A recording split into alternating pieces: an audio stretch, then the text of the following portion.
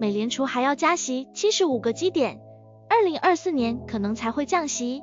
高盛集团的经济学家最新指出，美联储接下来还要加息75个基点，将分别在3月、5月和6月的政策会议上各加25个基点，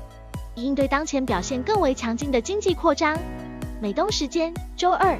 高盛首席经济学家 Ken Hatzius 在接受媒体采访时表示，美国近期的经济数据要比预期强劲得多，而且我们预期1月份的通胀数据也将出现上升。Hatzius 认为，虽然这不一定会打破通胀放缓的趋势，但它将强化美联储仍有许多工作要做的想法。预计美联储接下来还要加息75个基点，要到2024年可能才会降息，甚至2024年不降息也是有可能出现的结果。本周五，美国商务部将公布个人消费支出价格指数 PCE， 这是美联储最为关注的通胀指标。12月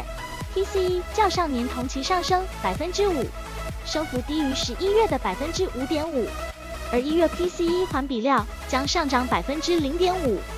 为2022年年中以来最大涨幅。美国劳工部上周发布的数据显示，1月份消费者价格指数 CPI 比上年同期攀升了 6.4%， 增幅小于12月份的 6.5%， 但与1个月前相比，通胀走强了。1月份 CPI 较12月份上涨 0.5%， 而前1个月的涨幅为 0.1%。此外，1月份生产者价格指数 PPI 环比增长 0.7%， 速度明显快于疫情前1年的月均增幅 0.2%。这显示美国经济中仍然存在顽固的通胀压力。美联储许多高官也对近日的通胀数据表示失望，称需要继续加息以降低高得多的通胀。去年年底看来，通胀连续下降的趋势已经出现了，但今年1月份的数据给这个问题带来了麻烦。当被问及美联储一次性加息50个基点的可能性时， Hatzius 对此持怀疑态度。当然，他也不能完全排除这种可能性。Hatzius 补充道，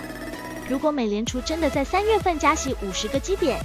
这将是非常重要的一步。接下来5月份加息50个基点的概率也将大增，所以需要看到相当多的信息来推动预期朝这个方向发展，而目前还没有看到这种情况。Hatzius 还特别提到，中国优化防疫政策将对全球经济产生积极影响，特别是在亚太地区以及与中国经济高度相关的国家。